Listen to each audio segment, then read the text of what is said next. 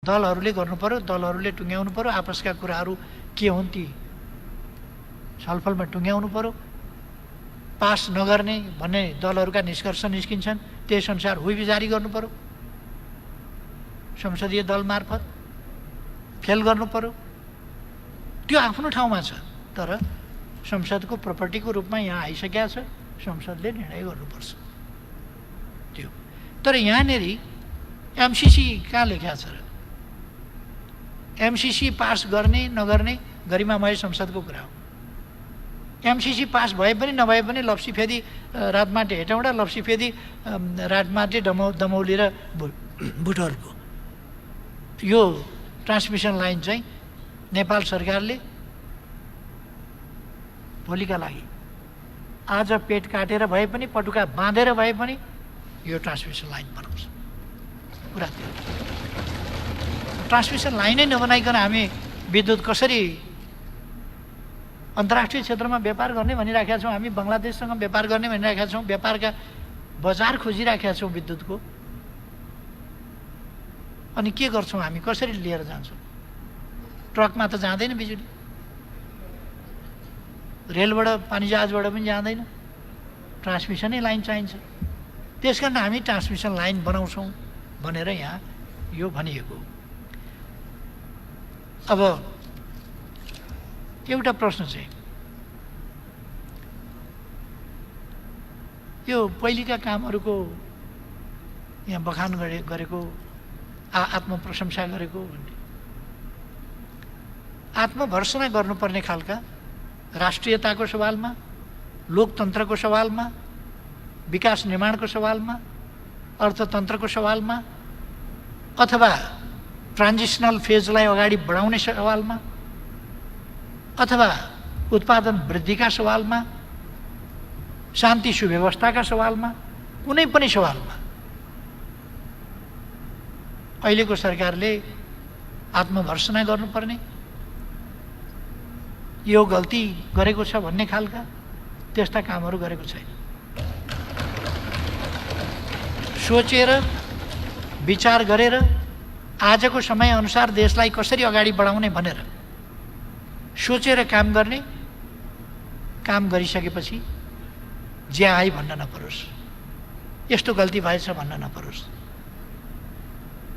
त्यसकै कारण हामीले सकेसम्म तीव्रता दिन खोजेका छौँ काममा, सकेसम्म तीव्रता ल्याउन खोजेका छौँ काममा। अहिले कोरोना भाइरसले गर्दा अलिकति व्यवधान भयो, त्यो ठिकै हो, तर यस व्यवधानलाई पनि हामीले पार गर्नै पर्छ, पार गरिनेछ र देशलाई फेरि पनि अगाडि बढाउनेछ। मानव जाति अनेक अप्ठ्यारा समयहरू पार गरेर आयो, अनेक कालखण्डहरू पार गरेर आयो। मानव जातिका कतिपय सेक्सनहरू लोप भएर गए, कतिपय सेक्सनहरू अगाडि आफ्नो अस्तित्व जोगाएर अगाडि बढे। आजको विज्ञान प्रविधिको युगमा कोरोनाले मानव जातिलाई समाप्त पार्न सक्दैन, कोरोनालाई मानव जातिले समाप्त पार्नेछ, यसमाथि विजय हासिल गर्नेछ र हामी अगाडि बढ्नेछौँ। त्यसअनुसार अलिकति कुराहरू आएका छन्। यो सरकार स्थायी सरकार हो, त्यसकारण यस सरकारले त 5 वर्षका 10 वर्षका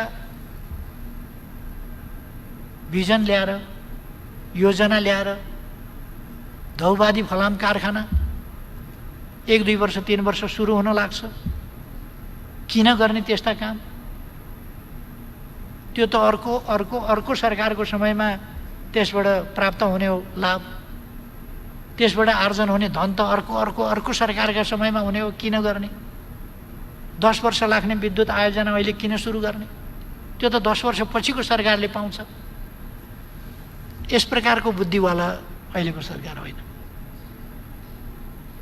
यो सरकार विक्रम सम्वत 2000 मा यस देशलाई यहाँ पुर्याइनेछ, पछि आउनेले पनि त्यो बाटो समातुन्, त्यो बाटो हिँडुन्। त्यस हिसाबले त्यो लक्ष्य, त्यो गन्तव्य निश्चित निर्धारित गरेर हिँडुन् भनेर नै यस सरकारले त्यस्ता पनि कुराहरू दिएको छ, भिजनहरू पनि दिएको छ। कोरोना नै छैन जस्तो, केही नै भएको छैन जस्तो, लामो लामो समयका पछिका पनि कुरा गरेका छ, भविष्यका कुरा गरेका छ। अनि के महाप्रलयको कल्पना गर्ने? अब मानव जाति रहँदैन, किन केही गर्नु पर्यो, बाटा किन बनाउनु पर्यो, के किन गर्नु पर्यो भन्ने हो र? हामी आशावादी हुनुपर्दछ, हामीमा गर्न सक्छौँ भन्ने आत्मविश्वास हुनुपर्दछ। हामी गर्न सक्छौँ, हाम्रै समयमा गर्न सक्छौँ। केही वर्षभित्रको कुरा हो, कोरोना नियन्त्रण गर्छौँ छोटो समयमा र त्यसपछि हामी विकास निर्माणका कामलाई अगाडि बढाउँछौँ। नेपाल एउटा विकसित राष्ट्र हुनेछ, एउटा सुखसहितको समृद्ध राष्ट्र हुनेछ, सामाजिक न्याय र समानता सहितको समृद्ध राष्ट्र हुनेछ नेपाल। हामीले भन्न खोजेका थियौँ चौतर्फी हामी विकास गर्नेछौँ। मनोबल भनेको कस्तो हुन्छ? 12औं सागमा 3वटा स्वर्ण पदक आएको थिए। मनोबल कस्तो हुन्छ? भुइँचालोले थिल्थिल्याएको, पूर्वाधार छैन। त्यस्तो अवस्थामा सरकारमा आएपछि यसले पूर्वाधार विकास गरेर 50-51वटा स्वर्ण पदक, अघिल्लोमा 3वटा स्वर्ण पदक, अर्को पाइला चाल्दा 51 स्वर्ण पदक। कस्तो हुन्छ मनोबल, कस्तो हुन्छ उत्साह? त्यही उच्च मनोबल, आत्मविश्वास।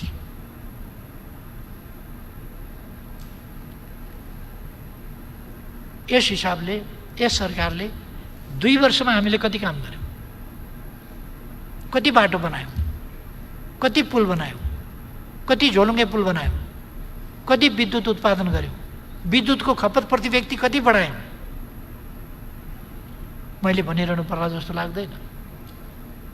3600 किलोमिटर पक्की बाटो 2 वर्षमा, 1 लेनको होइन, 2 लेन, 4 लेन, 6 लेनका बाटाहरू गरेर 3600+ किलोमिटर बाटो 2 वर्षमा बन्यो। यसै रफ्तारले विकासको गति अगाडि बढ्थ्यो भने के हुन्थ्यो होला? योभन्दा तीव्र गतिले अगाडि बढ्ने छ। 325वटा पुल बने, पक्की पुल, सडक पुलहरू यस बीचमा। पहिले मैले तुइन विस्थापनको कुरा गरेँ। म सरकारबाट हटेपछि तुइन विस्थापन जस्ता तस्तै भयो। फेरि आएर यो 2 वर्षमा तुइन विस्थापनको काम सम्पन्न गरिएको छ। एउटा एराको अन्त्य, तुइन एराको अन्त्य त्यो गरिएको छ।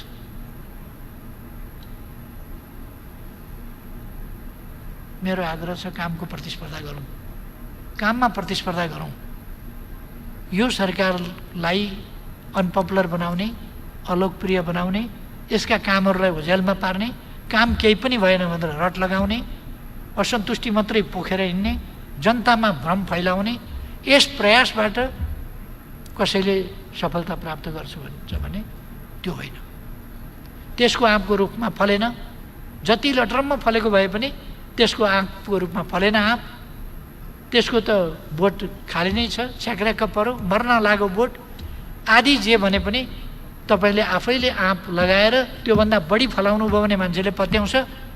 आँप फलेन भनेर क्रिटिसाइज गरे भरमा आँप पनि अलिकति चुचो चुचो बाङ्गो बाङ्गो परेको छ, गतिलो छैन भनेर आलोचना गरेका भरमा जनताले पत्याउँछ र अनि आकर्षित आफूतिर हुन्छ भन्ने त्यस्तो भ्रम चाहिँ हामी कसैले पनि नपालौँ भन्ने मेरो आग्रह छ। हामी काममा स्वस्थ प्रतिस्पर्धा गरौँ, राजनीतिमा त्यो प्रतिस्पर्धा मुनासिबै हुन्छ। अब मैले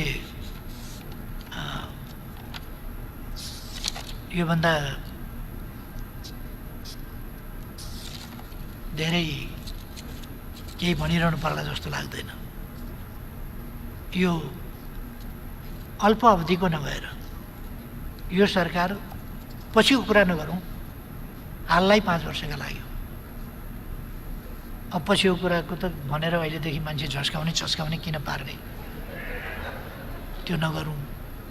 अहिलेका लागि यो सरकार 5 वर्षको हो। यसले 5 वर्षको अगाडिदेखि पछाडिसम्मका योजना हामीले सुरुमा के भनेका थियौँ, सुरुमा के भन्यौँ, अहिलेसम्म कति गऱ्यौँ, पहिलो वर्ष कति गऱ्यौँ, दोस्रो वर्ष कति गऱ्यौँ, यस वर्ष के गर्न सोचेका थियौँ।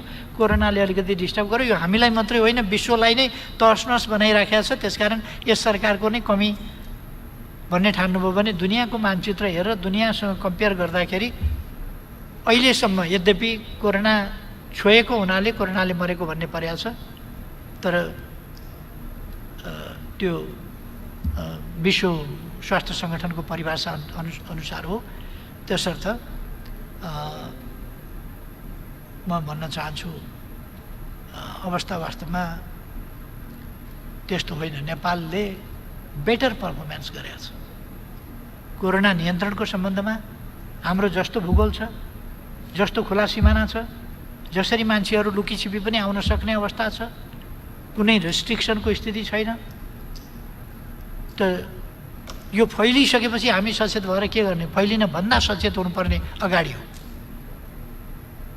अब एउटा कुरा चाहिँ म भन्न चाहन्छु, यो नक्सा हामीले जुन नयाँ छापेका छौँ अथवा संविधानमा जुन परिवर्तन गर्दैछौँ त्यस कुराले थुप्रै कुरा पाठ्य पुस्तकहरूमा परिवर्तन ल्याउनेछ।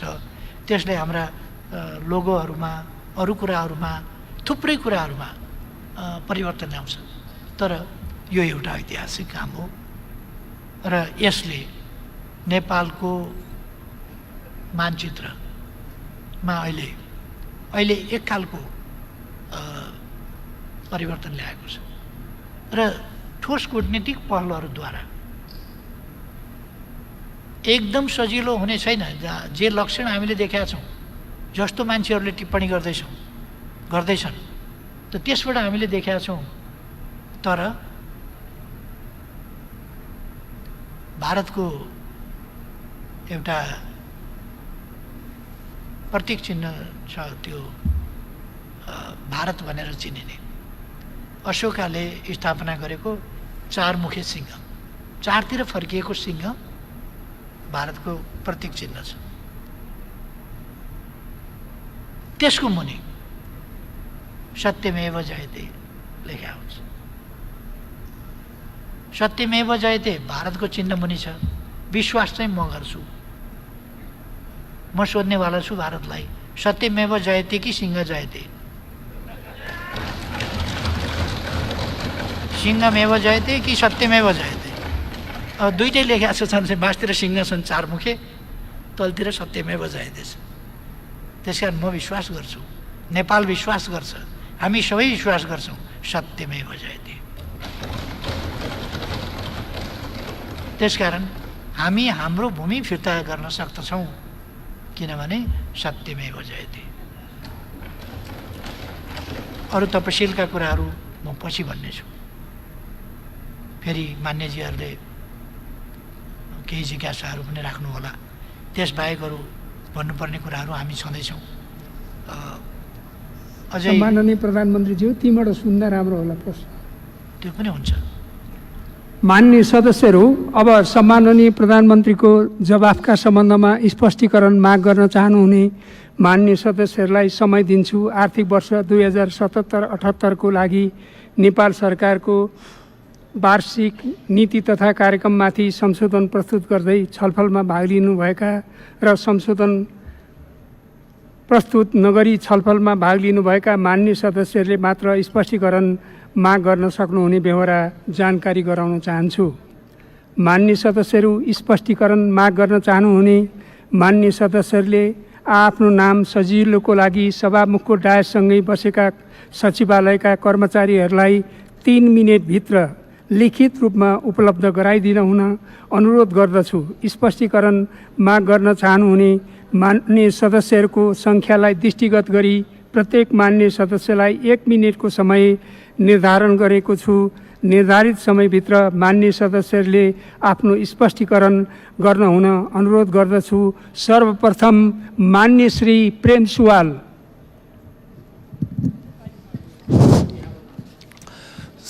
सम्माननीय सभामुख महोदय मार्फत प्रधानमन्त्रीजीसँग जिज्ञासा राख्न चाहन्छु।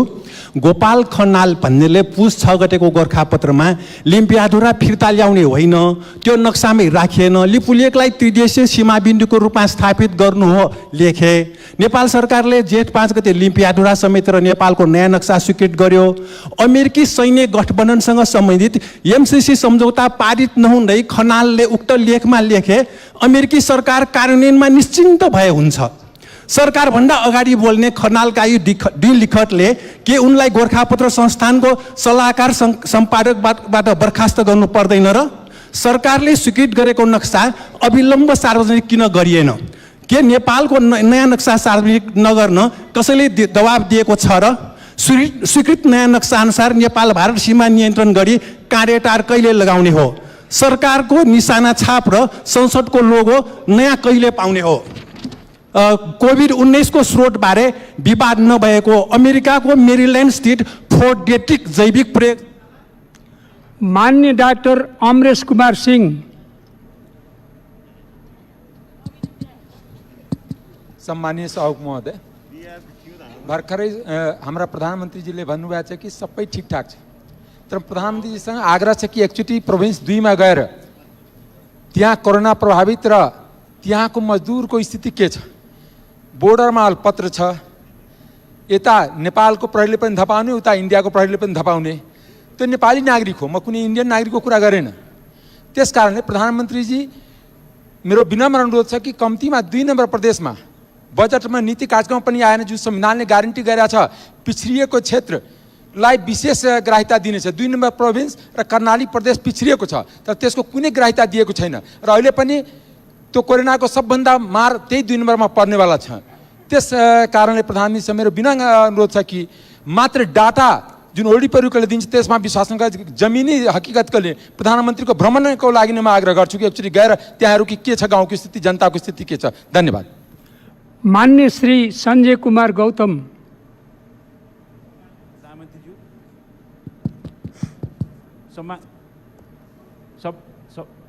सम्मानीय सभामुख महोदय, प्रधानमन्त्रीज्यूसँग मेरो जिज्ञासा छ। सम्मानीय प्रधानमन्त्रीज्यू, कोभिड-19 को कहरले देश भयावह स्थितिमा धकेलिने सङ्केत गर्दैछ। देश र विदेशमा रहेका नेपाली जनता रोग र भोक दुवैको खाडलमा दिनानुदिन धसिँदैछन्। महामारी फैलिँदैछ। हजारौँ हाम्रा दाजुभाइहरू इन्डियाको सिमानामा अल्पत्र परेर दुःख पाइरहेका छन्। लाखौँ स्वदेश फर्कने व्यग्रतामा छन्। परिस्थिति अकल्पनीय छ। सम्पूर्ण देश अत्तालिएको छ। जनतामा आहाल बेहाल छ। प्रधानमन्त्रीज्यू, स्वास्थ्यकर्मी, सुरक्षाकर्मी, सञ्चारकर्मी, स्थानीय जनप्रतिनिधि लगायतका महामारीको अग्रपन्थीमा काम गर्ने व्यक्तिहरू सह अति नै संवेदनशील स्वास्थ्य स्थितिका कारण प्रधानमन्त्रीज्यू आफै पनि उच्च जोखिममा हुनुहुन्छ। आफूले समेत सुरक्षित महसुस गर्ने गरी के कस्तो तयारी गर्नुभएको छ? म तयारी देख्दिनँ, चिन्तित छु। आश्वस्त पारिदिनुहुन्छ कि? साथै देशको कार्यकारी प्रमुखका नाताले हामीबाट कस्तो भूमिकाको अपेक्षा गर्नुभएको छ? नेपाली जनतालाई बताइदिनुहुन्छ कि? धन्यवाद। मान्य श्री लक्ष्मी परियार। सम्माननीय सभामुख महोदय, सम्माननीय प्रधानमन्त्रीज्यूको स्वास्थ्य लाभको कामना का साथै मेरो केही प्रश्नहरू राख्न अनुमति चाहन्छु। प्रतिपक्ष दलका नेता तत्कालीन प्रधानमन्त्री सम्माननीय शेरबहादुर देउवाद्वारा नेपालमा पछाडि पारिएका समुदायको हक स्थापित गर्ने बनाइएको राष्ट्रिय दलित आयोग झन्डै 52% महिलाको हक स्थापनाका लागि स्थापित राष्ट्रिय महिला आयोगलाई सरकारले किन गुमराहमा राख्यो? यो नीति तथा कार्यक्रममा किन दलित समुदायको बारेमा किन बोलिएन? यो सरकारले दलित समुदायलाई किन देख्दैन? संविधानको धारा 40 दलितको हक बारेमा यो नीति तथा कार्यक्रमले केही पनि छुएको छैन। सम्माननीय सभामुख मार्फत प्रधानमन्त्रीज्यूलाई मेरो प्रश्न छ, किन यति लामो समयसम्म संवैधानिक अङ्ग राष्ट्रिय दलित आयोग र महिला आयोग पदाधिकारी बिन राखिएको? के प्रतिपक्ष दलका नेताले स्थापना गरेकै कारण यो आयोगहरू पदाधिकारी विहीन बनाउनु भएको? धन्यवाद। मान्य श्री सुजाता परियार।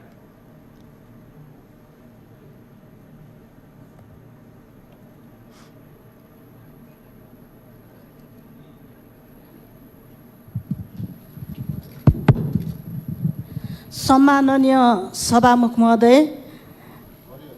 प्रधानमन्त्रीज्यूलाई मेरो प्रश्न छ। प्रधानमन्त्रीज्यू, चीनबाट विद्यार्थी लिएर आउने तर अन्य देशबाट आफै स्वदेश फर्किन्छु भन्नेहरूलाई किन रोकेको हो? विदेशिएका नागरिकहरूमाथि किन यस्तो गम्भीर विभेद? कति नेपाली विदेशमा अलपत्र छन्, कति नेपालीको विदेशमा मृत्यु भएको छ, कति सङ्क्रमित छन्? यसबारे प्रधानमन्त्रीज्यूलाई के जानकारी छ? उनीहरूलाई स्वदेश आउने व्यवस्था कहिलेसम्म हुन्छ स्पष्ट पारिदिनु हुन आग्रह गर्दछु। धन्यवाद। मान्य श्री रङ्गमती साई।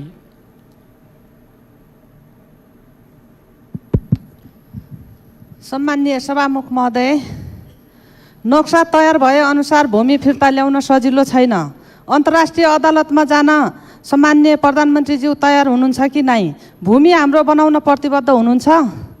एससी दिने विद्यार्थी घरमा बस्दा परीक्षा सम्झिँदा दिमागी असर भइसक्यो। प्री टेस्टबाट पास गराउन सरकारलाई के को क्षति हुनेछ? सीमामा परेका अलपत्र नेपालीको लागि सरकार किन बेखबर छ, किन मौन छ? हुम्ली जनता चर्को गर्मी र मच्छरले लड्दै बाटोमा कष्टकर जीवन बिताइरहेका छन्। नेपालगञ्जमा वरिपरि कोरोनाले घेरिसक्यो। जनता रोएर बसिरहेका छन्। जनताको सरकारले के यो सरकार हुम्ली जनताको सरकार होइन? धन्यवाद। मान्य श्री रामबहादुर बिष्ट। सम्माननीय सभामुख महोदय, सम्माननीय प्रधानमन्त्रीज्यूलाई मेरो एउटा प्रश्न छ। सन् 1950 को सन्धि र सीमा विवादका विषयमा दुवै देशबीचको सहमतिमा प्रबुद्ध समूह इपिजी गठन गरी समस्या हल गर्ने भनिएको इपिजीको प्रतिवेदन भारतीय प्रधानमन्त्रीले बुझ्न नमानेको अवस्थामा नेपालको भूमि आफ्नो नक्सामा पार्ने भारत, नेपालको भूमि आफ्नो नक्सामा पार्ने भारत, नेपालले आफ्नो भूमि आफ्नै नक्सामा पारी प्रकाशित गरिसकेको गरिसकेपछि अब दुवै देशबीच फेस टु फेस कूटनीतिक वार्ता कहिलेसम्म हुन सक्छ स्पष्ट हुन चाहन्छु। धन्यवाद। मान्य श्री ज्ञानेन्द्र बहादुर कार्की। सम्मान्य सभामुख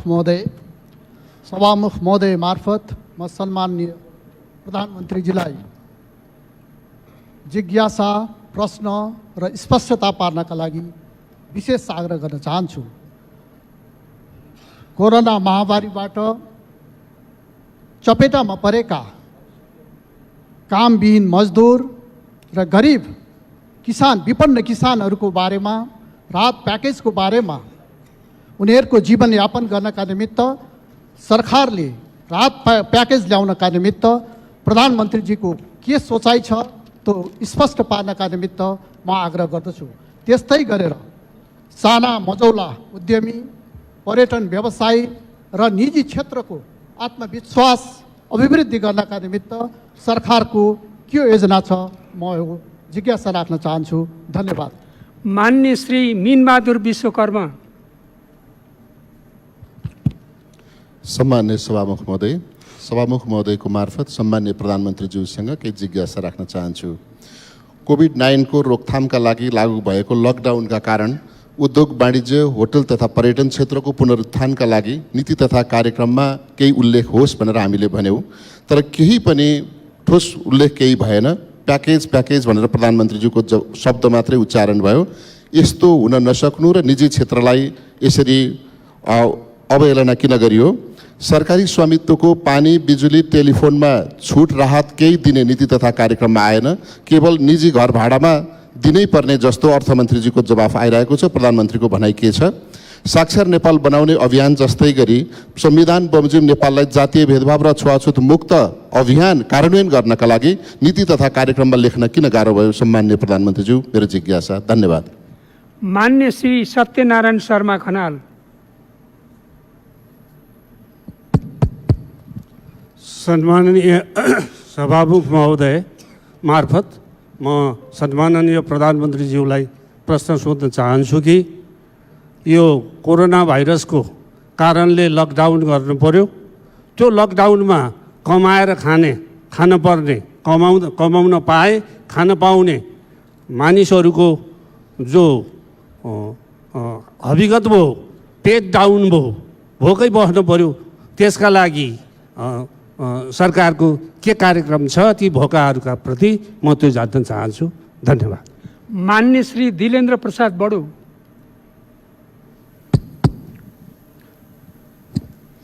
सम्माननीय सभामुख महोदय, संसदीय समितिहरू, सीमाविदहरू, जनस्तर समेतको लगातार दबावपछि ढिलै भए पनि कालापानी, लिम्फियाधुरा, लिफुलेक समेटेर आफ्नो नक्सा प्रकाशन गर्ने कार्य स्वागतयोग्य छ।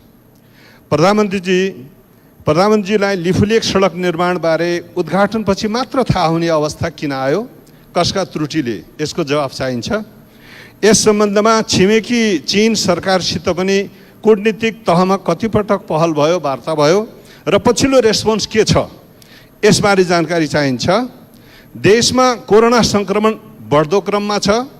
पीसीआर टेस्टिङ किटहरू, उपचार किटहरू, सुरक्षा किटहरूको आपूर्तिको पछिल्लो अवस्था र योजना के छ? जानकारी चाहिन्छ। देशमा भ्रष्टाचार नियन्त्रणको वर्तमान अवस्थाप्रति के सम्मानीय हाम्रा प्रधानमन्त्री सन्तुष्ट हुनुहुन्छ? जानकारी चाहिन्छ। हस्, धन्यवाद। मान्य श्री भरत कुमार शाह।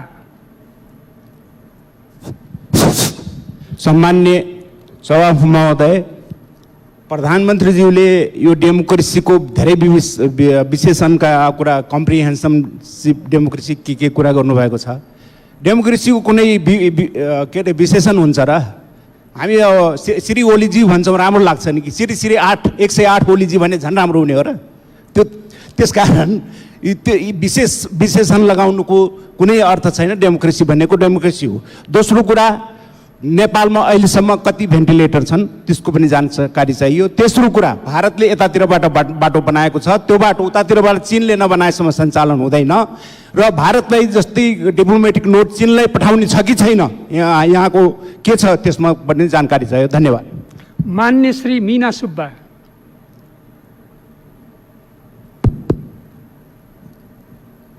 सम्मान्य सभामुख महोदय, सम्मान्य प्रधानमन्त्रीज्यूलाई मेरो एउटै मात्र प्रश्न छ। प्रधानमन्त्रीज्यूको भनाइअनुसार कोही भोकै पर्दैनन्, भोकले मर्दैनन्।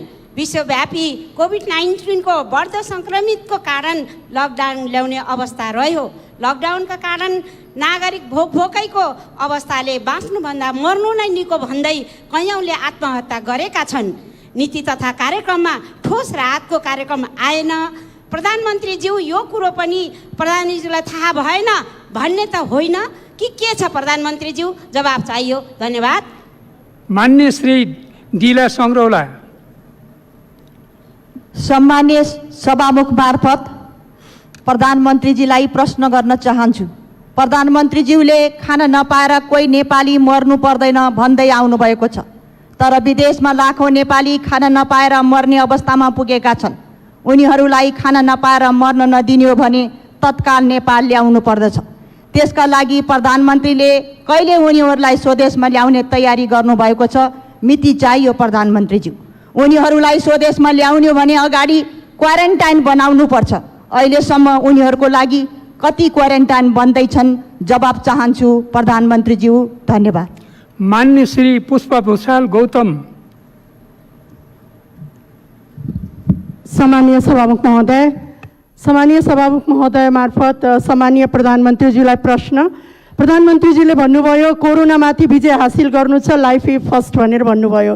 तर सँगसँगै उहाँले भन्नुभयो नेपालमा भएका क्वारेन्टाइनमा लगभग 70% जनताहरू उच्च गुणस्तर क्वारेन्टाइन छैन भनेर पनि उहाँले स्वीकार गर्नुभयो। सभामुख महोदय, अहिले भारतको सिमानाबाट नेपाली दाजुभाइ दिदीबहिनीहरू आउँदै हुनुहुन्छ। WHO को मापदण्ड मानवताको आधारमा त्यहाँ खान, बस्न, लाउन, सरसफाई, एम्बुलेन्सको पूर्ण रूपबाट व्यवस्था हुनुपर्छ। तर त्यो व्यवस्था भएको छैन। त्यसको एउटा उदाहरण बाँकेको एउटा युवाको मृत्यु पनि भइसकेको छ। सभामुख महोदय, अहिले सिंहदरबारमा राष्ट्रिय ढुकुटी छ। सभामुख महोदय, प्रदेश सरकारसँग ढुकुटी छ, तर किन हस्पिटलमा PPE पर्याप्त मात्रामा पुगिराखेको छैन? किन स्वास्थ्य उपकरण पुगिराखेको छैन? 4 महिनासम्म यो महामारीलाई रोक्नको लागि किन सरकारले त्यो ढुकुटीको प्रयोग गरिराखेको छैन? आज स्वास्थ्यकर्मीदेखि लिएर पत्रकारदेखि लिएर आज जनताको जीवनसँग खेलवाड किन यो सरकारले गरि? मान्य श्री उमा रेग्मी।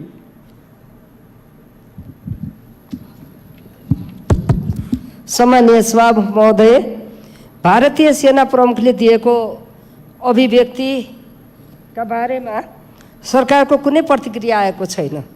उक्त अभिव्यक्ति र भारतले हाम्रो लिपुलेक मिचेर मानसरोवर जाने बाटो समेत बनाइसकेको सन्दर्भमा प्रधानमन्त्री स्तरीय संवाद भएको छ कि छैन र कहिले हुने योजना छ?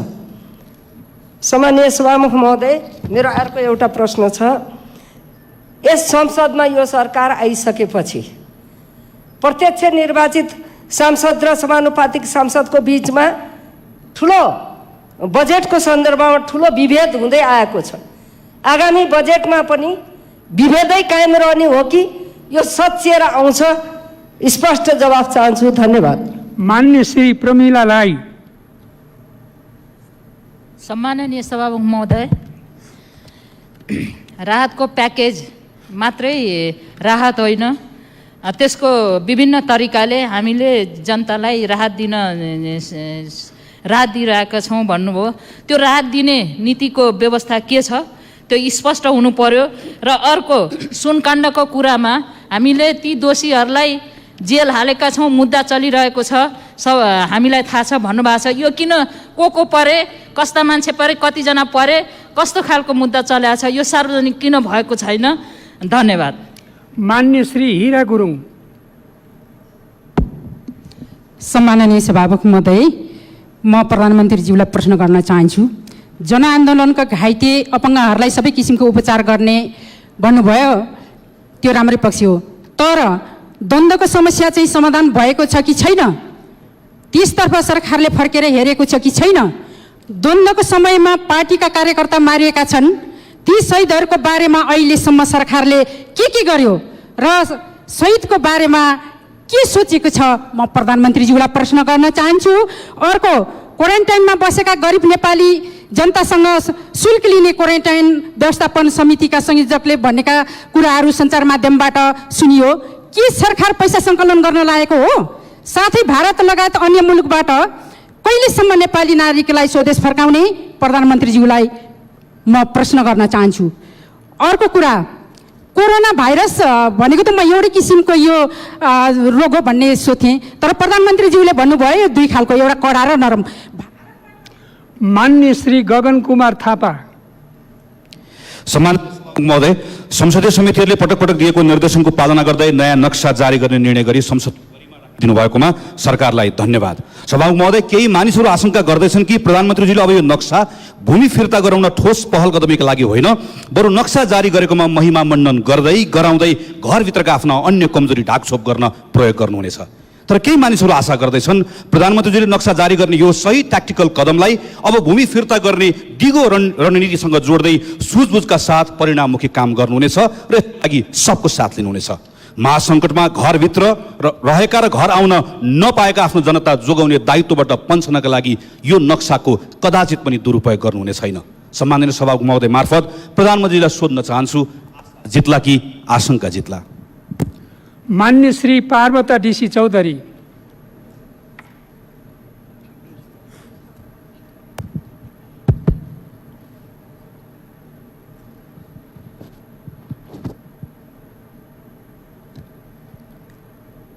सम्मान्य सभामुखज्यू मार्फत सम्मान्य प्रधानमन्त्रीज्यूलाई मेरो प्रश्न।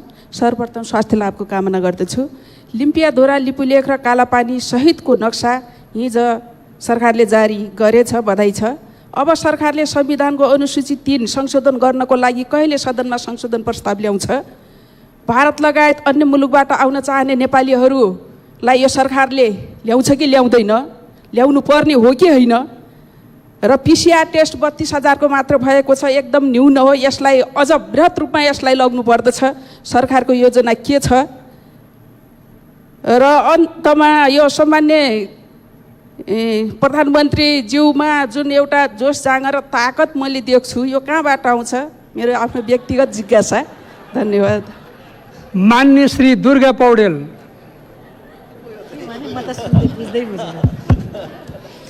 सम्मान्य सभामुख महोदय मार्फत सम्मान्य प्रधानमन्त्रीज्यूलाई मेरो प्रश्न। अहिले नीति कार्यक्रममा जुन ल्याउनु भएको थियो त्यसलाई नीति कार्यक्रमलाई नै परिपूरक बनाउने गरी हामीले संशोधन पनि राखेका थियौँ। त्यसमा पनि विशेष गरिकन एमसीसी पछि छलफलमा आउँछ भन्ने कुरा ल्याइसक्नु भएको छ। जब सदनमै आउँदैछ एमसिसी छलफलमा भने त्यो एमसिसीको मूल आधार बनाएर राखिएको 211 नम्बरको बुँदालाई नीति कार्यक्रममा किन ल्याइयो? त्यसलाई हटाएर पछि एमसिसीको छलफल पछि त्यसलाई राख्न सकिन्थ्यो, बरु विकासका अरू कार्यक्रमहरू ल्याउन सकिन्थ्यो त्यसमा। त्यसैले यो सम्बन्धी स्पष्ट धारणा दिन चाहन्छु सम्मान्य प्रधानमन्त्रीज्यूबाट, किनकि अघि पनि प्रधानमन्त्रीजीले जवाब दिने क्रममा यो काम आधी पेट खाएर पनि गर्न सकिन्छ, यो ट्रान्समिटर लाइनको लागि भन्नुभएको छ, त्यो अत्यन्त सराहनीय कुरा छ। त्यो सही हो, त्यो आधी पेट खाएर गर्ने काम जनता मार्फत नेपाललाई नै आह्वान गरेर यदि त्यस मान्य श्री दिव्यमणि राज भण्डारी।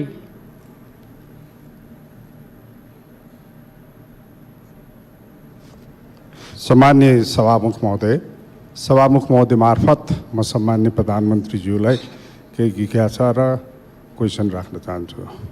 सर्वप्रथम यो कोरोना भाइरसको बारेमा गत अधिवेशनमा प्रधानमन्त्रीले दिनुभएको आफ्नो कन्सर्न र यो भयावह हुँदैछ भन्ने जानकारी पनि भएको कुरा हो, म एप्रिसिएट गर्दछु। साथै आजको भाषणमा पनि हामीले गर्नुपर्ने, सरकारले गर्नुपर्ने प्रिभेन्सनको काम गर्न नसकेको कुरा रियलाइजेसन गर्नुभएको पनि म धन्यवाद दिन चाहन्छु। तसर्थ अब हामीले पिसिआर टेस्टबाट मात्रै गर्नुपर्ने कुरा, यो संसदको हामी सांसदहरूको पनि टेस्ट गर्दा प्रुफ गरिसकेकोमा फेरि जनतालाई आचिठीबाट किन गरिराख्यो? अहिले देशमा प्रशस्त पिसिआर छन् र यसरी जुन तरिकाबाट अहिले चाहिँ ट्रिटमेन्टको स्टेजमा जानुपर्ने अवस्था भइसकेको बेलामा ट्रिटमेन्टको निम्ति आवश्यकता पर्ने औषधिहरू अथवा आवश्यकता अझ पर्यो भने विदेशबाट आवश्यकता माननीय श्री प्रदीप गिरी।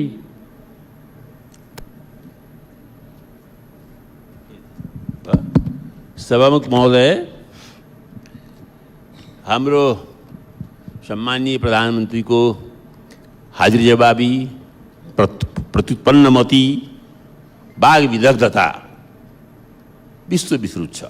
त्यो जान्दा जान्दै पनि मैले चाहिँ नेभिल चेम्बरलिन र चर्चिलको सम्झना गराउने दृष्टता गरेँ। प्रधानमन्त्रीले मलाई जवाब दिनुभयो। तर मेरो थप प्रश्न के छ भने, जुन अहिले दिन उहाँले गनाउनु हो, मेरो 2 वर्ष पुगेको छ, 5 वर्ष बाँकी छ भन्नुभयो, अब 3 वर्ष बाँकी छ, तर नेभिल च्याम्बरलेनको पनि 3 वर्ष बाँकी थियो। त्यो तिथिमिति उहाँले हेर्नुभयो हुन्छ र उहाँको पार्टी नेभिल च्याम्बरलेनको पार्टी अल्पमतमा गएको थिएन। मैले फेरि सम्झना गराउँछु, तत्कालीन राष्ट्रिय सङ्कटमा उहाँलाई विपक्षले भन्दा पनि उनकै पार्टीका मान्छेले सम्झना गराएका थिए, बिदा बिदा बिदा चाहियो प्रभु भनेर। थप एउटा हुन्छ लोकतन्त्र, अर्को हुन्छ सङ्ख्यातन्त्र। त्यसलाई भन्छ सङ्ख्यातन्त्र। सङ्ख्या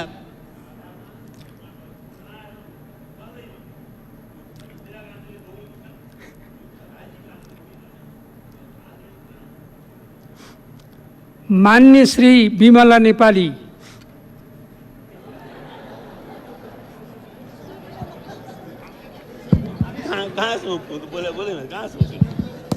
सम्माननीय सभामुख महोदय मार्फत म सम्माननीय प्रधानमन्त्रीज्यूलाई मेरो प्रश्न, संविधान सभाबाट संविधान निर्माण गरेको पनि आज झन्डै 5 वर्ष पुग्न लाग्यो। संविधानको मौलिक हक अन्तर्गत धारा 24 मा छुवाछुत तथा जातीय भेदभावको हक र धारा 40 मा दलितहरूको हकको व्यवस्था गरिएको छ। के ती धाराहरू संविधानमा देखाउनका लागि मात्र हो कि सरकारले उक्त धारा कार्यान्वयनका लागि नीति तथा कार्यक्रम पनि बनाउनु पर्छ? त्यसकारण म देशभरिका झन्डै 40 लाख दलित समुदायको तर्फबाट म यो कुरा राख्न चाहन्छु। धन्यवाद। मान्य श्री प्रदीप यादव। सम्मानीय सभामुख महोदय मार्फत सम्मानीय प्रधानमन्त्रीजीसित मेरो प्रश्न छ। कोरोना सङ्क्रमितको सङ्ख्या मधेसको पर्सा, बारा, बाँके, उदयपुर, कपिलवस्तु लगायतको जिल्लामा दिन प्रतिदिन बढिरहेको छ। तर स्वास्थ्य उपकरण एकदमै कम छ, जनशक्ति पनि एकदमै कम छ। त्यसको तयारी सरकारको के छ? र निजी अस्पतालहरू कोभिड बिरामीहरूलाई लिइरहेको छैन र त्यहाँको अवस्था एकदमै दयनीय भइसकेको छ। अस्पताल चाहिँ जहाँ कोभिड सरकारले तोकेको छ त्यो अस्पतालमा भरिभराउ भई स्कुलहरूमा राखिएको छ। के निजी अस्पताल राष्ट्रियकरण गरेर सरकारले नागरिकलाई बचाउन सक्छ? धन्यवाद। मान्य श्री देवेन्द्र राज कणेल। सम्मानीय सभामुख महोदय, एपीजीको रिपोर्ट सारा कूटनीतिक प्रयासपछि पनि आउन सकेन भने महाकालीको विवादित क्षेत्रको नक्सा बन्दैमा के हामीले त्यो नेपालको भूमिलाई कुन आधारमा र के कुन प्रयासबाट हामी त्यसलाई फिर्ता ल्याउन सक्छौँ? मेरो पहिलो प्रश्न। अर्को आरडीटी यो टेस्ट चाहिने सारा विश्वले त्यसलाई चाहिने विवादित भनेर र त्यसले झन् सङ्क्रमण बनायो भनेर त्यसलाई हटाइराखेको अवस्थामा हामी कहाँ पिसिआर टेस्ट नगरेर आरडीटीलाई नै बढी महत्त्व दिएर त्यसलाई ल्याउनुको अर्थ के हो? मलाई लाग्छ यो अनावश्यक त्यसमा बजेट विनियोजन गरेर र झन् यसलाई भ्रमित गरेर झन् यो कोरोना भाइरसलाई बढावा दिने किसिमले आरडीटी टेस्टलाई बढाइएको छ र यसमा आर्थिक अनियमितता भएको भन्ने हामीलाई शङ्का लागिराखेको छ। त्यसको आरडीटी टेस्टलाई किन रोकिन्न र पिसिआर टेस्टलाई किन महत्त्व दिन्न भन्ने मेरो प्रश्न छ। मान्य श्री देवेन्द्र राज कणेल।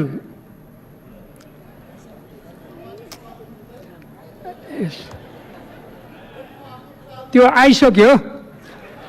मान्य श्री उमाकान्त चौधरी।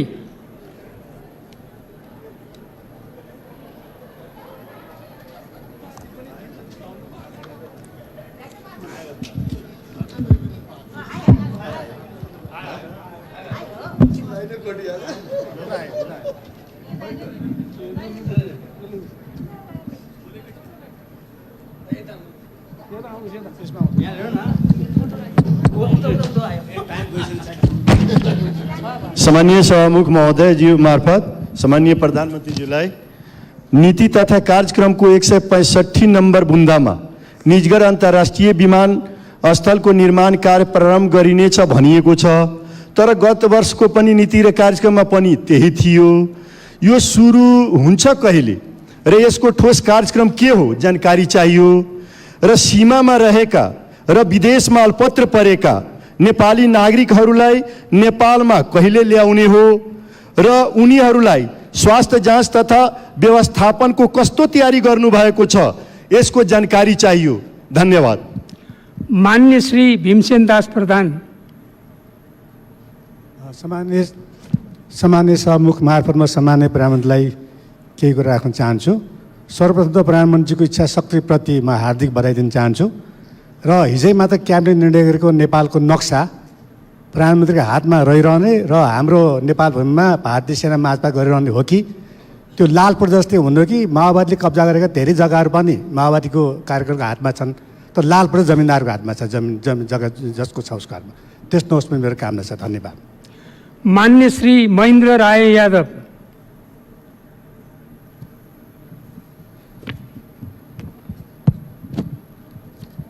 सम्माननीय सभामुख महोदय, म सम्मान्य प्रधानमन्त्रीजीको ध्यान आकर्षण गराउन चाहन्छु। आज सम्मान्य प्रधानमन्त्रीजीले जुन बोल्नु भएको छ संविधान संशोधन गर्छु भनेर मलाई बडा खुसी लागेको छ। हामी भन्न चाहन्छौँ हामी प्रतिपक्षी दलहरूले संविधान संशोधनमा उठाएका माग र मुद्दाहरू यो संविधान संशोधनमा राख्नुहुन्छ कि राख्नुहुन्न? एक। दोस्रो, भारत लगायत विदेशमा अल्पत्र भएका नेपाली कामदारहरूलाई नेपालमा कहिलेसम्म ल्याउन सक्ने उहाँको कार्यक्रम छ? यो सीमाको जुन विषय उठेको छ वार्ता कहिलेदेखि होइन यो सुरु हुनेछ? लाल आयोगको प्रतिवेदन कहिले सार्वजनिक गर्नुहुनेछ र हुलाकी राजमार्गको कार्य सम्पन्न कहिलेसम्म हुनेछ? यो चुडे संरक्षणमा कतिवटा ड्याम्प बने, कतिवटा ड्याम्प बनाउन बाँकी छ र सुनकोशी मरेन ड्याम जुन छ त्यो कहिलेसम्म होइन सम्पन्न हुनेछ? यो नागरिकता विधेयक प्रगतिशील सरकारले नागरिकता विधेयक कहाँ समितिबाट हरायो कि सरकारको नोटिसमा छ कि छैन? त्यसकारण यी सबै सवालहरू राख्दै कोरोना नियन्त्रणको लागि मान्य श्री टेकबहादुर बस्नेत। सम्माननीय सभामुख महोदय, सम्माननीय प्रधानमन्त्रीजीलाई प्रस्तुत नीति तथा कार्यक्रम मुद्दा नम्बर 262मा शान्ति प्रक्रियाका सङ्क्रमणकालीन न्याय सम्बन्धी बाँकी कार्य सम्पन्न गरिनेछ भन्ने कुरा स्वागतयोग्य छ, तर जनआन्दोलन र द्वन्द्वकाल भनेको के हो? जनआन्दोलन र जनयुद्धकाल भन्न किन नसकिएको हो?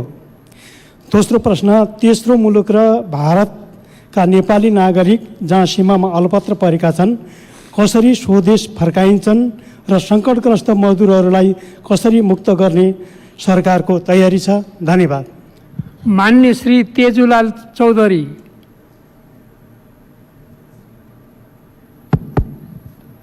सम्मानीय सभामुख महोदय, म प्रधानमन्त्रीज्यूलाई मेरो प्रश्न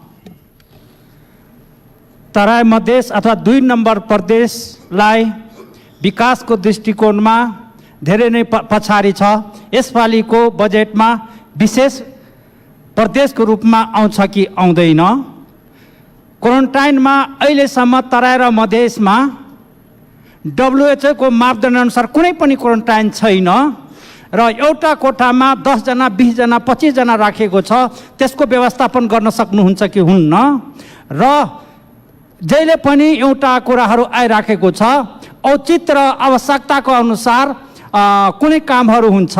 त्यसकारणले तराई मधेसमा संविधान घोषणा हुँदाखेरि 50% मान्छेले कालो दिवस मनायो। अहिले आउनेमा संविधान संशोधन हुन्छ कि हुँदैन? धन्यवाद। मान्य श्री महेन्द्र कुमारी लिम्बू।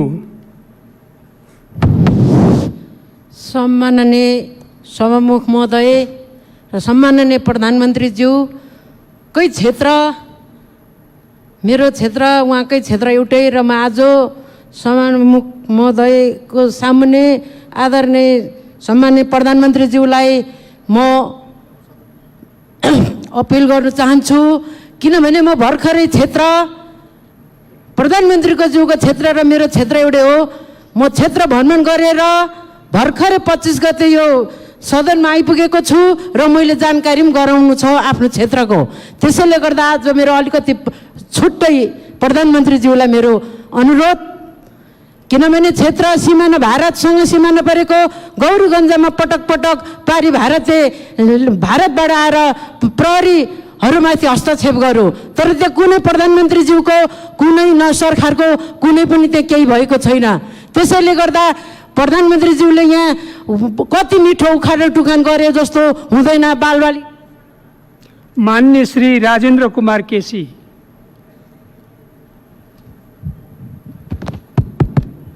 सम्मानीय सभामुखज्यू, म प्रधानमन्त्रीज्यूसँग जिज्ञासा राख्न चाहन्छु। पटक पटक 33 किलो सुन तस्करीका सम्बन्धमा सुन तस्करीहरू हिरासतमा छन्, मुद्दामा छन् भन्नुभएको छ। 33 किलो सुन चाहिँ कहाँ छ प्रधानमन्त्रीज्यू, त्यो बताइदिनुहुन्छ कि? र प्रस्तुत नीति तथा कार्यक्रमको 274 बुँदामा यो वर्ष उच्च आर्थिक वृद्धि हुन्छ भनेर लेख्नु भएको रहेछ र तपाईँ कतिको विश्वस्त हुनुहुन्छ उच्च आर्थिक वृद्धि हुने यो वर्षमा, त्यो पनि बताइदिनुहुन्छ कि? आज विभिन्न मुलुकका नेपाली दिदीबहिनीहरू आफ्नो मातृभूमिमा आश्रय लिन आतुर छन्।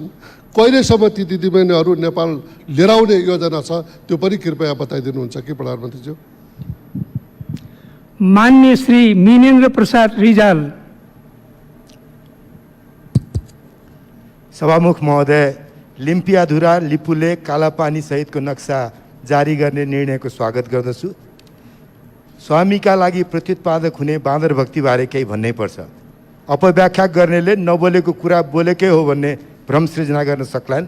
अरिङ्गाल परिचालित गरेर मेरो देशभक्तिबारे अनर्गल प्रचार गर्ने वातावरण बन्ला।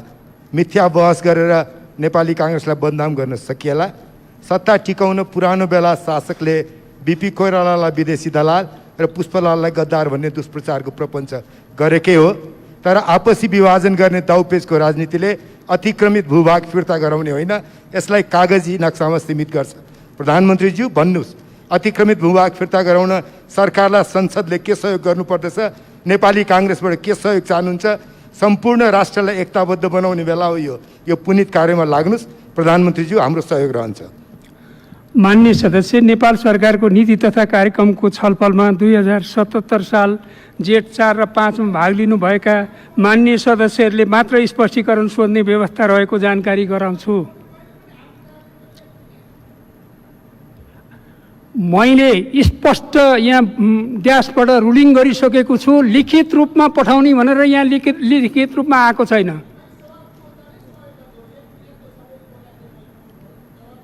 ल राख्नुहोस्। सभामुख महोदय मार्फत सम्माननीय प्रधानमन्त्री समक्ष नेपाली जनताको तर्फबाट हार्दिक अभिनन्दन गर्न चाहन्छु। सभामुख महोदय, सम्माननीय प्रधानमन्त्री केपी शर्मा ओलीज्यूको नेतृत्वमा भूकम्पलाई तारियो, नाकाबन्दीलाई तारियो, कोरोनासँग जुझ्दै जित्ने अभियानमा लाग्दैछौँ, पार्टीभित्रको आन्तरिक करेन्टलाई पनि डिफ्युज गरियो र भारतका सेनाले नेपालको राष्ट्रियताको सवालमा बोलिरहँदा वर्तमान सरकारका बहादुर वीर एवं नेपाल आमाका सही सपूत वर्तमान सरकारका प्रधानमन्त्री केपी शर्मा ओलीजीले केही पनि नबोलिकन आफ्नो देशको नक्सालाई सार्वजनिक गर्नुभयो। यही नै हो जवाब सभामुख महोदय। त्यसैले पूरक प्रश्न धेरै सुनियो। सम्माननीय प्रधानमन्त्रीज्यू, good question good answer, bad question no answer, बाँकी आपका मर्जी। मान्य सदस्यहरू, अब सम्माननीय प्रधानमन्त्री श्री केपी शर्मा ओलीलाई उक्त स्पष्टीकरणको क्रममा उठेका प्रश्नहरूको सम्बन्धमा स्पष्ट गर्न अनुमति दिन्छु। सम्माननीय सभामुख महोदय,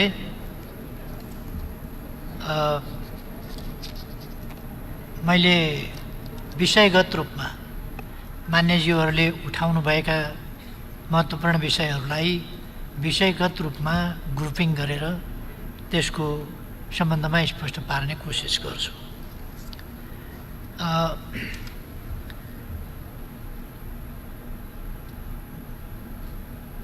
अहिले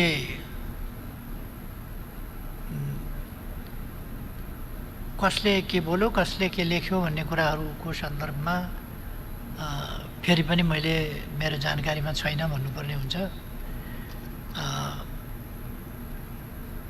एउटा कुरा म स्पष्ट गर्न चाहन्छु, त्यो के भने यो कसैको दबाबमा पारित गरिसकेपछि पनि नेपालको नयाँ नक्सा प्रकाशित नगरेको हो कि भनेर प्रश्न उठेको चाहिँ अचम्म लाग्यो।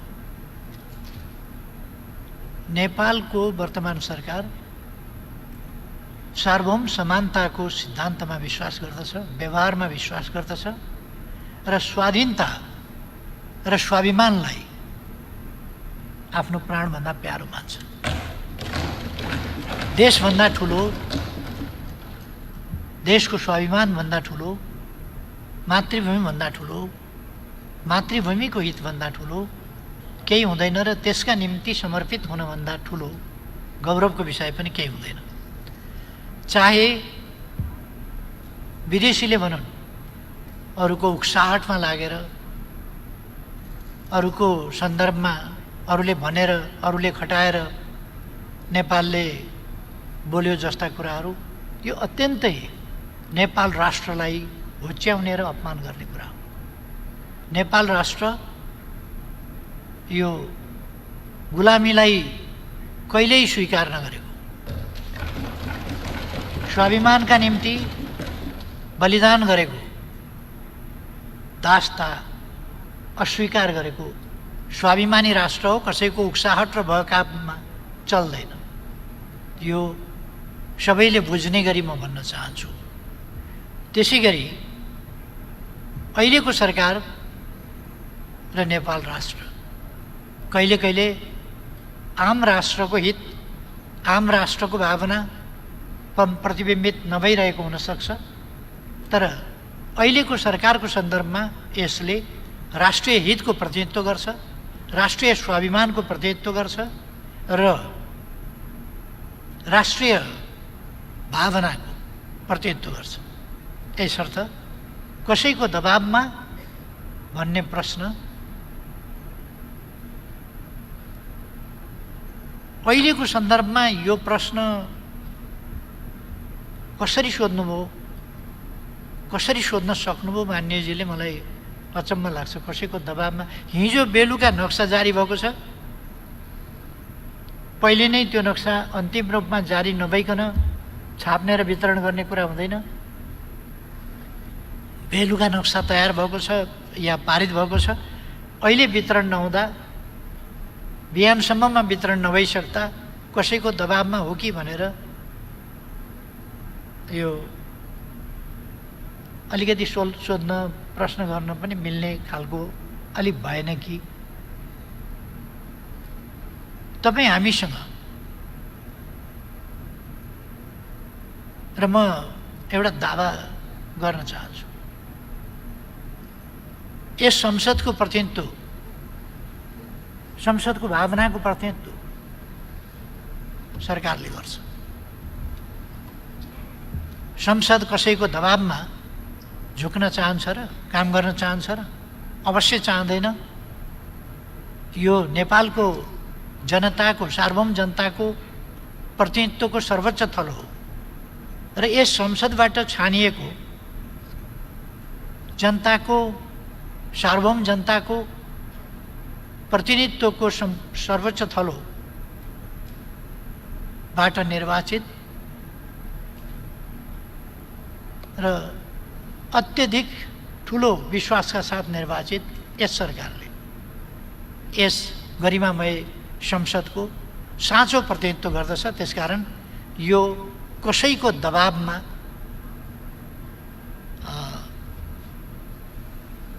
कुनै कदम चाल्ने वा नचाल्ने, कुनै काम गर्ने वा नगर्ने गर्दैन भन्ने कुरा म मान्यज्यूहरूमा निवेदन गर्न चाहन्छु।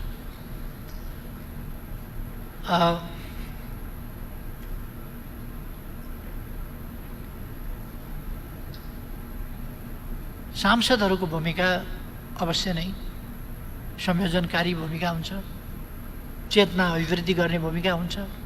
जनताले आफ्ना प्रतिनिधि मार्फत यो कोरोनाबाट जोगिने, उम्किने बाटो के हो त्यसको पनि जानकारी लिन चाहन्छन् र सँगसँगै यस सम्बन्धमा नेतृत्व पनि गरेको हेर्न चाहन्छ। त्यसकारण अनुगमनकारी भूमिका,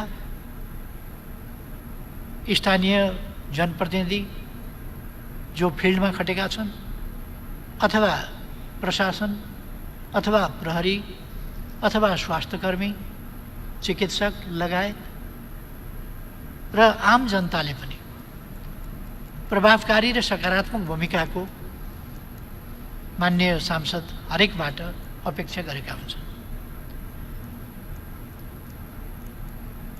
यो स्पष्टै छ भन्ने मलाई लाग्छ। म सबै मान्यजीहरूलाई यो कामको नेतृत्व सरकारले गर्ने हो, यसको म्यानेजमेन्ट, यसको तयारी, यसको अगुवाई यो सरकारले गर्ने हो।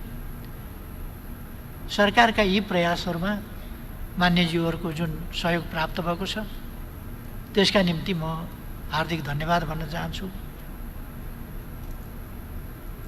जति बेला कोरोना सुरु भयो, यो धेरै समय भएको छैन, 4-5 महिनाको कुरा हो। यी 4-5 महिनाभित्र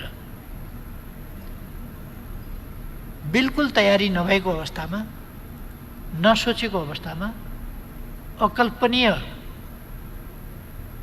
ढङ्गले अप्रत्याशित उपस्थिति यस कोरोनाले जनायो र एकैचोटि आक्रमण सुरु गर्यो र तीव्र बनायो। यस आक्रमणलाई पराजित गर्न हामीले यो महामारी सुरु भएपछि, देखा परेपछि अनि तयारी गर्नु पर्यो हामीले। त्यसकारण हाम्रा तयारीहरू पर्याप्त छन् भन्ने होइन, हामी बिल्कुल पर्याप्त तयारीका साथ तयारी हालतमा थियौँ, तयारी हालतमा हामीले यसको सामना गऱ्यौँ भन्ने अवस्था पनि होइन। हामी तयारी अवस्थामै थिएनौँ।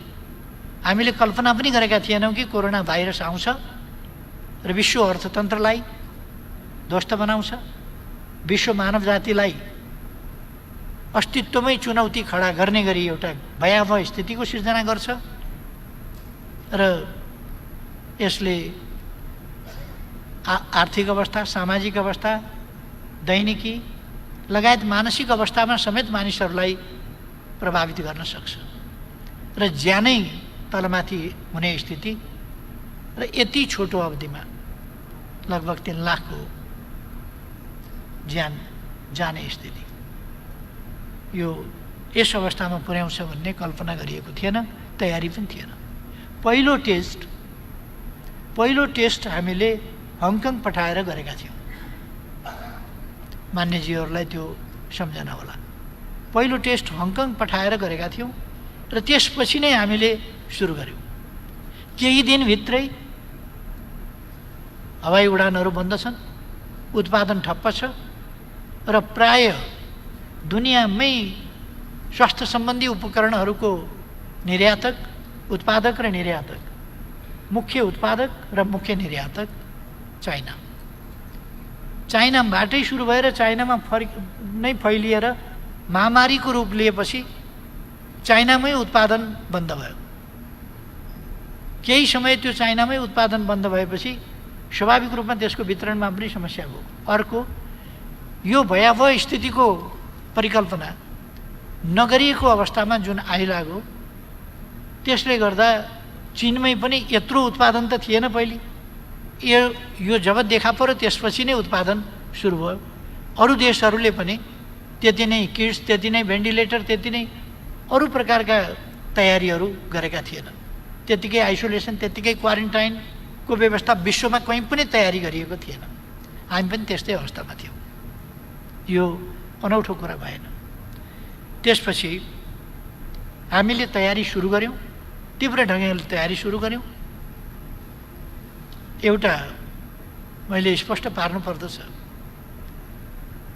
कतिपय सञ्चार माध्यमहरूमा कता कता ओम्नी भन्ने नामको कुनै कम्पनी वा संस्था आदिको कुरो लिएर पनि र यतिसम्म भन्न पनि अप्ठ्यारो नमान्ने, यतिसम्म पनि भनिने अवस्था मैले देखेँ कि यो बालुवाटारसँग सम्बन्धित छ। ओम्नी भनेको मैले सुनेको पनि थिएन, कसको के हो थाहा पनि थिएन। र व्यापार बिजनेसका कारोबार मेरो विषय होइन, मेरो विषय राजनीति हो। म व्यापार बिजनेस आदिमा रुचि पनि राख्दिनँ र त्यसमा डिल पनि गर्दिनँ र त्यससँग मेरो सरोकार पनि हुँदैन। अर्को कुरा, अहिले विशेष अवस्थामा मन्त्रालयको डाइरेक्टर जेनरल, सम्बन्धित विभागको डाइरेक्टर जेनरलले खरिद प्रक्रिया छोटो माध्यमबाट अगाडि बढाउन सक्छ र उसले आफूभन्दा एक तह माथिको अफिसरलाई जानकारी गराउँछ। अहिलेको कानुनी व्यवस्था त्यो हो। त्यसकारण स्वास्थ्य विभागको डाइरेक्टरले आफूले गर्ने काम हो त्यो, र कुन प्रक्रिया कसरी गरियो त्यस सम्बन्धमा म स्पष्ट गर्न चाहन्छु। यदि कसैले कुनै 1 रुपियाँ पनि तलमाथि गरेको छ भने, 1 रुपियाँ पनि भ्रष्टाचार गरेको छ भने, अनियमितता गरेको छ भने त्यस सम्बन्धमा छानबिन हुन्छ, कारबाही हुन्छ। कोही पनि कारबाहीबाट उम्किन सक्दैन। तर हरेक कुरामा भ्रष्टाचार मात्रै देख्नु र अप्रमाणित ढङ्गले र जो मन परेको छैन, जो रिस उठेको छ त्यससँग लगेर त्यसलाई जोडिदिनु, यो स्वस्थ तरिका होइन। यो हाम्रो भ्रष्टाचार विरोधी भावना र अभियान पनि हुन सक्दैन। भ्रष्टाचार विरोधी हाम्रो अभियान भनेको दोषीलाई दोषी करार गर्ने, निर्दोषलाई निर्दोष करार गर्ने, हरेकलाई भ्रष्टाचार मात्रै देख्ने, हरेकलाई भ्रष्टाचारी मात्रै भन्ने, निराधार त्यस प्रकारका कुराहरू गर्ने, त्यसको जवाबदेही पनि लिनु नपर्ने, त्यस प्रकारको स्थिति भनेको भ्रष्टाचार विरुद्धको स्वस्थ स्थिति अभियान होइन। हामी कसैले पनि भ्रष्टाचार गर्छ भने छोड्दैनौँ, त्यो छानबिनको विषय हो। तर एउटा डाइरेक्टर जेनरलले गर्ने काम प्रधानमन्त्रीले पनि हेर्दैन र त्यो सचिवलाई उसले रिपोर्टिङ गर्ने हो। यो सामान्य अवस्थाको प्रोक्युरमेन्ट या खरिद प्रक्रिया होइन, विशेष अवस्थाको खरिद प्रक्रिया हो। हामीलाई PPE नपाएर अथवा स्वाब टेस्ट गर्ने PCR नपाएर समस्या भइरहेको बेला र सकेसम्म छिटो ल्याउनु पर्ने बेला, यस्तो अवस्था कि एउटा देशले मूल्य तिरिसकेकोमा त्योभन्दा बढी मूल्य तिरेर म उठाएर लान्छु भनेर अर्काले लाने खालको स्थिति, त्यो त विश्व बजारमा नै हामीले देख्यौँ। एउटाले मूल्य तिरिसकेको छ तर अर्काले बढी मूल्य तिर्छु म लान्छु भनेर बढी मूल्य तिरेर लिएर गइसक्छ। एउटा देश हुँदै अर्को देशमा जाने उपकरणहरू हामीलाई नै चाहिन्छ, हाम्रो देशबाट अन्त लान, अहिले बाहिर लान बन्द गरिएको छ भन्ने आदेश जारी गरेर त्यो पनि ती बलजफ्ती राख्ने कुरा। यति के भने स्वास्थ्य सम्बन्धी यति जटिल समस्या, यति गम्भीर समस्या र त्यसले पैदा गरेको स्थिति भनेको यति कानुनको वास्ता नगर्ने अवस्था। त्यस्तो अवस्थामा हामीले पनि छिटो माध्यमबाट कसरी ल्याउन सकिन्छ त्यो उपाय गर्न पर्थ्यो र त्यो कानुनी व्यवस्था अनुसार एउटा मन्त्रालयको विभागको प्रमुखले गर्ने हो, डिजीले गर्ने हो। त्यसै अनुसार डिजीले गरेको हो। पछि भने जति सामान भनेको समयमा आएन भन्ने कुराका आधारमा उनै डिजीले फेरि त्यसलाई रद्द पनि गरेको देखियो। त्यस सम्बन्धी छानबिन हुन्छ। त्यस सम्बन्धी छानबिन भएर दोषी पाइयो भने कारबाही हुन्छ, होइन भने कारबाही हुँदैन। तर त्यसमा सरकारै यदि त्यो पिपी पाएको छैन, इन्स्ट्रुमेन्टहरू किट्सहरू यदि पाएको छैन, सबैले बाँडेर खाए, यहाँले उहाँले उसले त्यसले बाँडेर खाए भन्ने जुन एउटा चलाउन खोजियो, यो विचित्र लाग्दो स्थिति हो।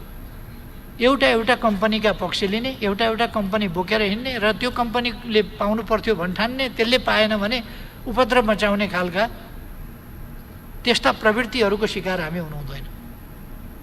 त्यो कहाँ कुन प्रवृत्ति, त्यो सञ्चार माध्यममा के प्रवृत्ति, ती कुराहरू म बुझ्दिनँ र मलाई चाहिँ नि त्यस्तो प्रवृत्तिहरूसँग कुनै लिनु दिनु पनि छैन। मुख्य कुरा हामीले छिटो माध्यमबाट, छोटो माध्यमबाट उपयुक्त मूल्यमा सकेसम्म छिटो गुणस्तरका सामान प्राप्त गर्ने हाम्रो उद्देश्य हो। त्यस उद्देश्यमा हामी दृढ छौँ, त्यस उद्देश्य अनुसार काम गरेका छौँ, त्यस उद्देश्य अनुसार हामीहरू अगाडि बढ्छौँ। सकेसम्म छिटो, सकेसम्म सस्तो, गुणस्तरीय सामान हामीलाई चाहियो।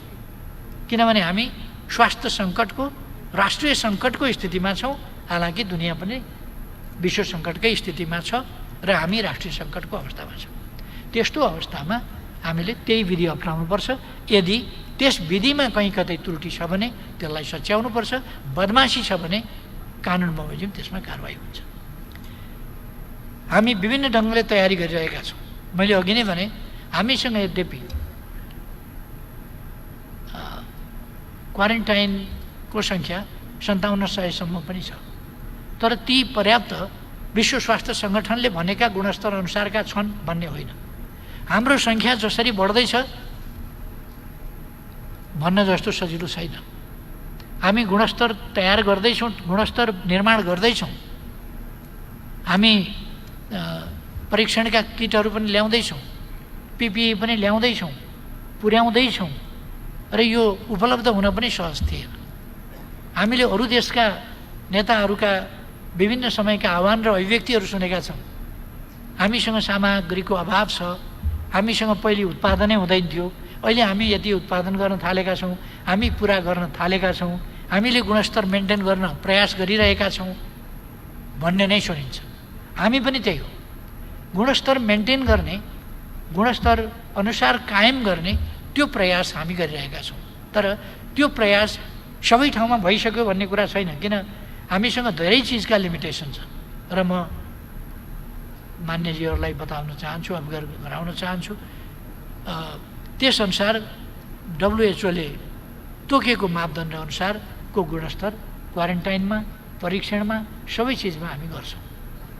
हामी हाम्रो देशको स्थिति अनुसारको कामहरू गरिरहेका छौँ।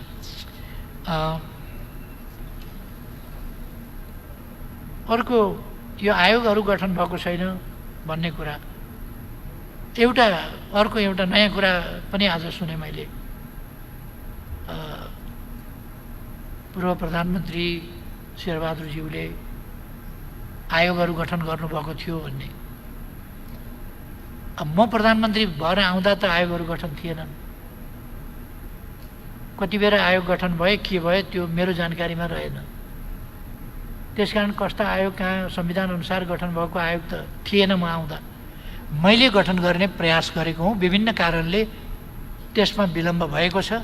त्यो विलम्ब किन भयो भनेर म अहिले कसैतर्फ इङ्गित गर्न चाहन्न। विलम्ब भएको छ, विलम्ब नहुनु पर्थ्यो, अब छिटै गरिनेछ। छिटै गर्नका निम्ति अध्यादेश पनि अस्ति जारी भएको थियो।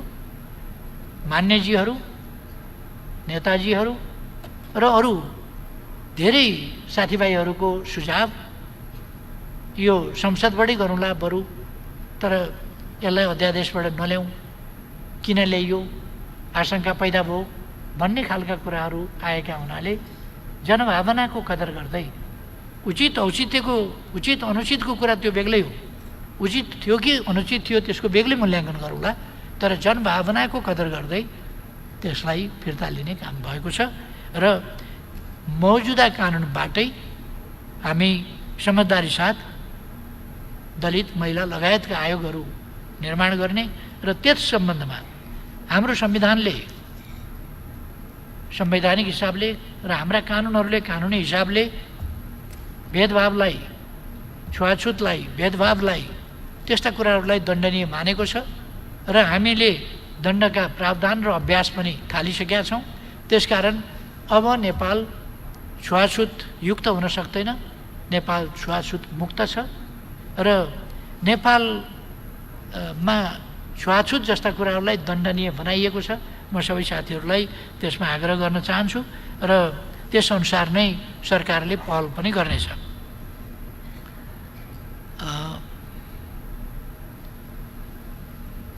एउटा नेपालीहरू विदेशमा भएका नेपालीहरू किन नल्याएको भन्ने कुरा, हाम्रो देश एउटा श्रम शक्ति निर्यात गर्ने जस्तो अवस्थामा रहेको छ। हामीले श्रम सम्झौता गरेका छौँ धेरै देशहरूसँग, कहीँ श्रम सम्झौतै नभएका ठाउँमा पनि श्रमिकहरू गएका छन्, हाम्रा युवाहरू गएका छन्। के कारणले जानु पर्यो, किन जानु पर्यो त्यो बेग्लै कुरा हो। अहिले यो सरकार बनेपछिका 2 वर्षमा भन्ने हो भने विदेश जानुपर्ने स्थितिमा न्यूनता आएको छ, विदेश जाने क्रममा न्यूनता आएको छ। देशमा स्वरोजगारका स्थितिहरू सिर्जना गर्ने वा रोजगारीका अवसरहरू सिर्जना गर्ने र विदेश जानबाट अलिकति युवाहरूलाई देशभित्रै काम गर्नेतर्फ आकर्षित गर्ने ती प्रयासहरू अगाडि बढेका छन्। तर फेरि पनि 45-50 लाख युवाहरू विदेशमा छन् भन्ने कुरा थियो। अस्ति 4 महिना अगाडि कोरोना नबढ्दासम्म अथवा अस्ति 3 महिना जति अगाडिसम्म पनि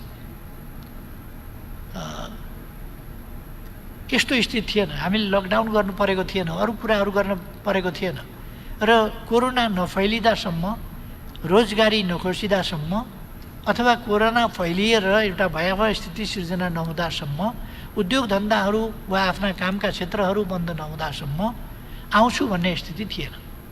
हामी यसै कल्पना गर्न सक्छौँ, यदि 40-45 लाख युवाहरूलाई हामीले ल्याउने हो भने हाम्रा सबै जहाज प्रयोग गर्दा 45 लाख युवाहरूलाई देशभित्र ल्याउन कति समय लाग्छ? अहिले मैले अलिक मौखिक हिसाब गर्न गणितमा अलिक कमजोर छु। 45 लाख युवाहरूलाई देशभित्र ल्याउन हामीसँग कतिवटा जहाज छन्? 2-4वटा होला। त्यो जहाजहरू लगातार हामीले उडायौँ भने कति समय लाग्छ, कति महिना लाग्छ? यो यस्तो सहज विषय होइन। अमेरिकाले 150 नागरिक नेपालका विमान चार्टर गरेर फिर्ता लगे जस्तो होइन।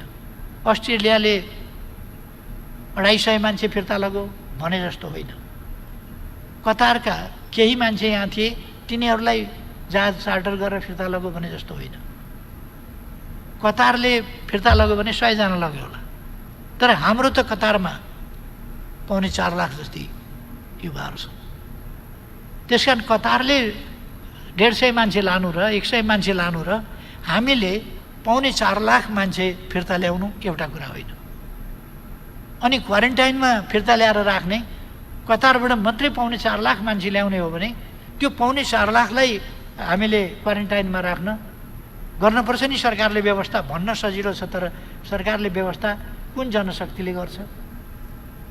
केले गर्छ?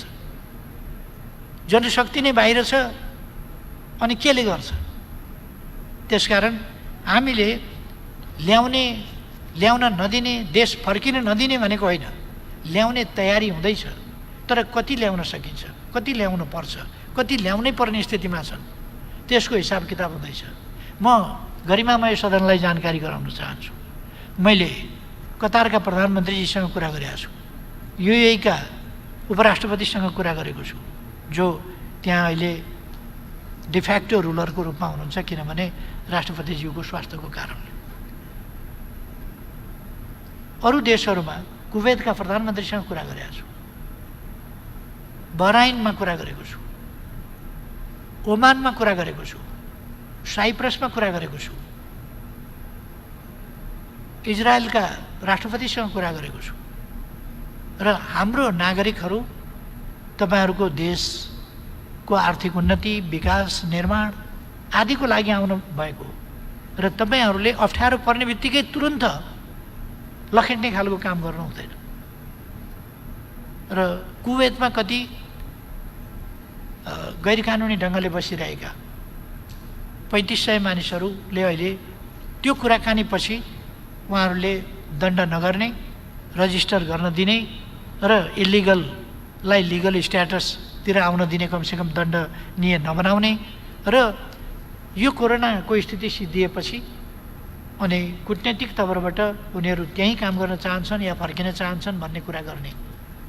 यी सबै देशहरूसँग कुरा हुँदा या साउदी अरबियासँग हाम्रो परराष्ट्र मन्त्रीजीले कुरा गर्नुहुँदा हामी तपाईँहरूका नागरिकहरूलाई आफ्नै नागरिक सरह खाने बस्ने प्रबन्ध गर्नेछौँ, बिमारी हुँदा उपचार गर्नेछौँ। त्यसकारण तपाईँहरूले चिन्ता गर्नु पर्दैन, चिन्ता लिनु पर्दैन भन्ने कुराहरू उहाँहरूले आश्वस्त पार्नु भएको छ। त्यहाँका उपराष्ट्रपतिले, राष्ट्रपतिले, प्रधानमन्त्रीले भनेका कुराहरू त्यो त्यत्तिकै कुराहरू होइन। र हामी त्यहाँको एम्बेसीसँग कन्ट्याक्टमा छौँ र कति बेर कसरी कति मान्छे हामीले उद्धार गर्नुपर्छ, त्यहाँबाट कति मान्छे ल्याउनुपर्छ, कसरी ल्याउने हो। र मान्छे ल्याउने सेन्टिमेन्टमा हामी वारवारी मान्छे ल्याएर क्वारेन्टाइनमा पनि राख्न नसक्ने, केही पनि गर्न नसक्ने र कोरोना मात्रै फैलाउने अनि देशै सोतर बनाउने, त्यस प्रकारको भद्रगोल सिर्जना गर्ने मनस्थितिमा छैनौँ। हाम्रो भनाइ हो देशको नागरिकहरूको भित्र भएकाको पनि सुरक्षा हुनु पर्यो, बाहिर हुनेका समस्या पनि समाधान गर्नु पर्यो, आउन चाहने जेन्युन समस्याहरू भएका समस्याहरूलाई सम्बोधन पनि गर्नु पर्यो। त्यसकारण सरकार जेन्युन समस्याहरू विदेशमा रहेका नागरिकहरूका सम्बोधन गर्नेदेखि लिएर देशभित्रका नागरिकहरूको सुरक्षा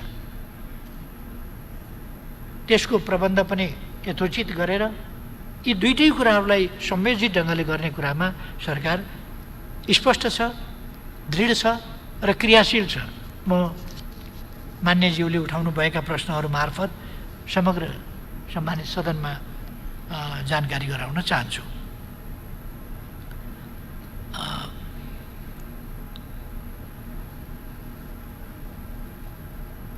एकजना मान्यजीले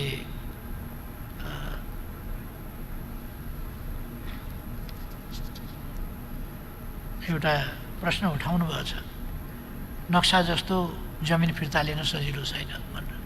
नक्सा जस्तै फिर्ता लिन सजिलो भएको भए त हिजो बेलुकै फिर्ता आइसक्थ्यो। अवश्य छैन नक्सा बनाउन जस्तै सजिलो, तर नक्साले हाम्रो एउटा दृढतालाई प्रतिबिम्बित गर्छ। हामी जमिन फिर्ता लिनेवाला छौँ, फिर्ता लिएर छोड्नेवाला छौँ, किनभने यो हाम्रो भूभाग हो, सजिलो छ भनेको होइन। हामीलाई थाहा छ भारतको भूगोल, भारतको जनसङ्ख्या, भारतको अवस्था र हाम्रो अवस्थाको भिन्नता, तर यी भिन्नताहरू न्याय निरूपणमा प्रतिबिम्बित हुनु हुँदैन, सत्य स्थापनामा प्रतिबिम्बित हुनु हुँदैन।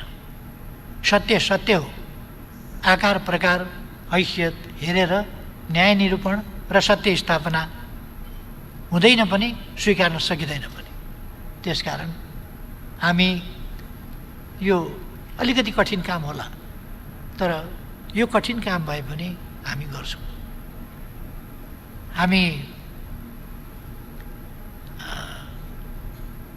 यस मामलामा दृढ छौँ भन्ने कुरा फेरि म स्पष्ट गर्न चाहन्छु।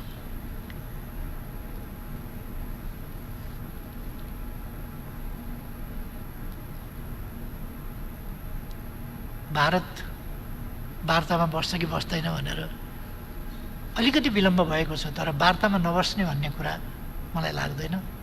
वार्ता हुन्छ, वार्ताद्वारा हामी तथ्य प्रमाणहरू वार्ताको टेबलमा प्रस्तुत गर्छौँ। हामी कुनै उत्तेजनामा छैनौँ, आवेशमा छैनौँ, हामी गम्भीर छौँ र त्यो गम्भीरताका साथ तथ्य प्रमाणका आधारमा अत्यन्त मैत्री भावका साथ नेपाल र भारत दुईटा छिमेकी मित्र राष्ट्रहरू हुन्। यो मित्रता ऐतिहासिक छ। यो मित्रता अनेक हिसाबले सांस्कृतिकदेखि लिएर थुप्रै पक्षहरू, आर्थिक पक्षहरू, सामाजिक पक्षहरू, अनेक पक्षहरूबाट बाँधिएको पनि छ र यस्तो मित्रतामा कुनै पनि कुराले दरार पैदा गर्न दिनु हुँदैन। यस्तो मित्रता पारस्परिक सम्मान, समानता, न्यायको आधारमा एक अर्काका सार्वभौम सत्ता, भौगोलिक अखण्डता, स्वाधीनतालाई स्वीकारेर त्यसलाई व्यवहारमा अमल गरेर हामीले सुदृढ गर्नुपर्छ यो मित्रता। हामी भारतसँग यसको अर्थ कुनै तनाव चाहिरहेका छौँ र हुँदै होइन। हामी भारतसँग तनाव होइन, तनाव रहित, सुमधुर, समस्या रहित मित्रता चाहन्छौँ। भारतको वर्तमान सरकारले नै यो समस्या खडा गर्यो भन्ने अहिले आएर बाटो उद्घाटन गर्यो होला, बाटो अलिकति खन्यो होला अथवा नक्सा छाप्यो होला, तर हाम्रो भूभाग भारततिर परेको वा भारतले कब्जा गरेको अहिलेको सरकार हुँदा होइन। त्यो पहिले इतिहासको कुरा हो। हाम्रो तर्फबाट छोडिएको अथवा नजरअन्दाज भएको पनि अहिलेको सरकारको समयमा होइन। त्यो इतिहासको त्रुटि हो, गल्ती हो। दुईटै सरकारले ती इतिहासका त्रुटिहरूलाई, ती गल्तीहरूलाई सच्याउनु पर्दछ। अब ती गल्ती कायम रहन दिनु हुँदैन। ती गल्ती सच्याएर मित्रतालाई सुदृढ गर्नुपर्दछ, उचाइमा लानुपर्दछ। आफ्नो आफ्नो भूमि आफू आफूले चर्चिने, आफ्नो आफ्नो नक्सा यथोचित ढङ्गले गर्ने। हामीले उहिले वर्तमान भूभागका लागि लडाइँ नै गरे हौँ। सुगौली सन्धि भनेको लडाइँको र त्यसमा पनि हामी अलिकति लडाइँ लड्न हाम्रो सामर्थ्यले अलिक अप्ठ्यारो भएर हामीले कतिपय भूभाग गुमाएर सम्झौता गरेर अहिलेको भूभागमा हामी सीमित भएका हौँ। त्यति बेला लडाइँको बेला गरिएको सम्झौता आज लडाइँ नभएका बेला, सुमधुर मैत्री सम्बन्ध कायम भएका बेला, यस्तो बेलामा लडाइँका बेला स्वीकारिएको सिमाना शान्तिपूर्ण मित्रताका बेला थिचोमिचो गरिनु, अतिक्रमण गरिनु कदापि वाञ्छनीय हुन सक्दैन, कदापि ग्रहणीय हुन सक्दैन, त्यो स्वीकार्य हुन सक्दैन। त्यसकारण हामी भारतसँगको मित्रतालाई सुदृढ बनाउनका लागि, पारस्परिक मित्रतालाई अझ उचाइमा लानका लागि 21औं शताब्दी सुहाउँदो सार्वभौम समानताका आधारमा, पारस्परिक न्याय र सम्मानका आधारमा, लाभका आधारमा हामी यसलाई विकसित गरेर लिएर जान चाहन्छौँ। अहिलेको सीमा विवाद हामीले टुङ्ग्याइहालौँ। अब वार्ताद्वारा यसलाई टुङ्ग्याउँ, तथ्यका आधारमा टुङ्ग्याउँ भनेको दुश्मनी होइन, वैरभाव होइन, मित्रभाव हो। हामी भारतसँग पूर्ण मित्रभावका साथ यो प्रस्ताव गरिरहेका छौँ। कृपया हाम्रो भूमि फिर्ता गर्नुहोस्।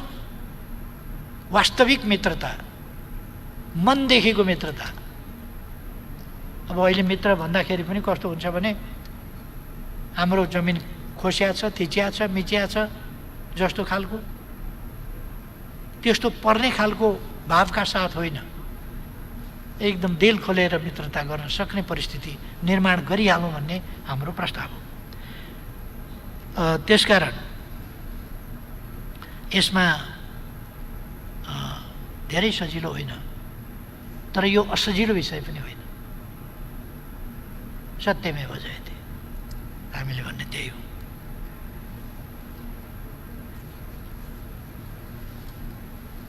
यहाँ साथीहरूले सोध्नुभएको छ अलिकति निजी क्षेत्रलाई अवहेलना गरिएको कुरा। निजी क्षेत्रलाई अवहेलना मैले भन्ने गरेको छु, आर्थिक उन्नति गर्न सकिन्छ,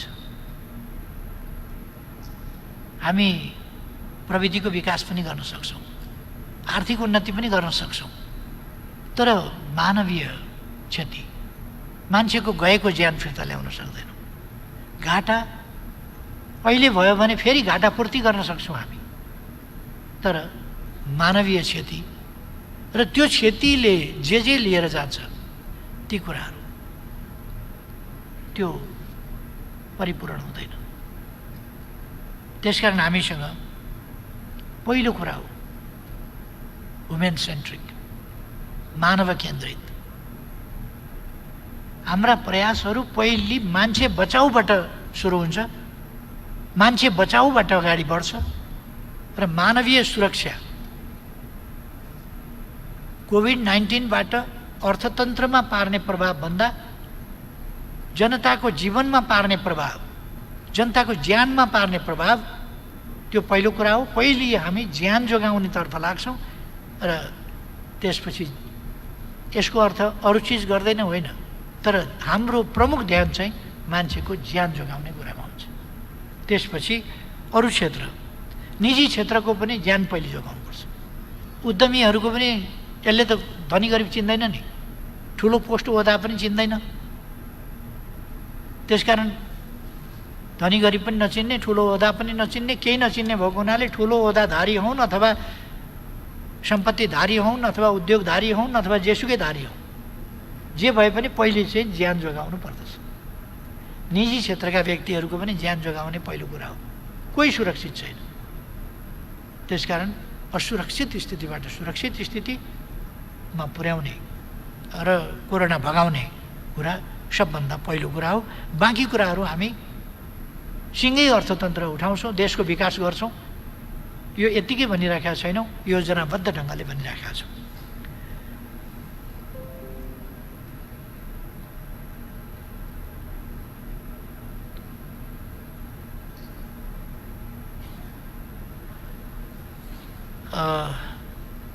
यो जाँच किटमा पनि भ्रष्टाचारको स्थितिको आशंका भनौँ, यो आशंकाको